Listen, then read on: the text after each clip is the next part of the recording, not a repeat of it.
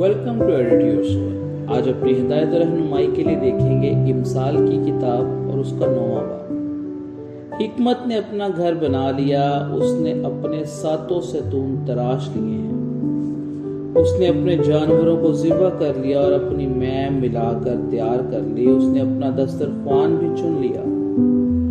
उसने अपनी सहेलियों को रवाना किया है। वो खुद शहर की ऊंची जगहों पर पुकारती है, जो सादा दिल हैं इधर आ जाए। और बेअक्ल से वो ये कहती है, आओ मेरी रोटी में से खाओ और मेरी मिलाई हुई मैं में से पियो।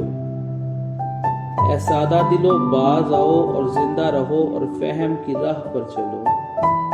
ठट्ठा बाज को तंबीह करने वाला लान तान उठाएगा और शरीर को मलामत करने वाले पर धब्बा लगेगा। ठट्ठा बाज को मलामत न कर, ना हो कि वो तुझसे अदावत रखने लगे। दाना को मलामत कर और वो तुझसे मोहब्बत रखे।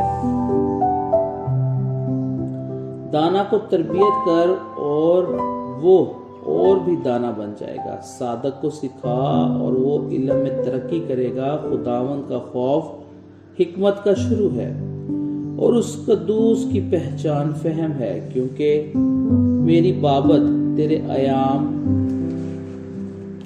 बढ़ जाएंगे और तेरी जिंदगी के साल ज्यादा होंगे। अगर तू दाना है तो अपने लिए, और अगर तू ठट्ठा बाज है तो खुद ही भुगतेगा। अहमक औरत वो गाय है, वो नादान है और कुछ नहीं जानती।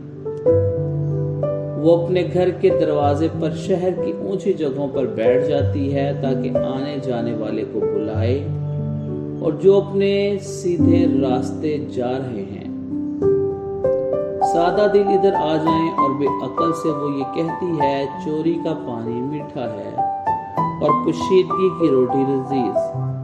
पर वो नहीं जानता कि वहां मुर्दे पड़े हैं और उस औरत के मेहमान पाताल की तह में हैं। खुदावंद के जिंदा पाक कलाम के पढ़े और सुने जाने पर उसकी खास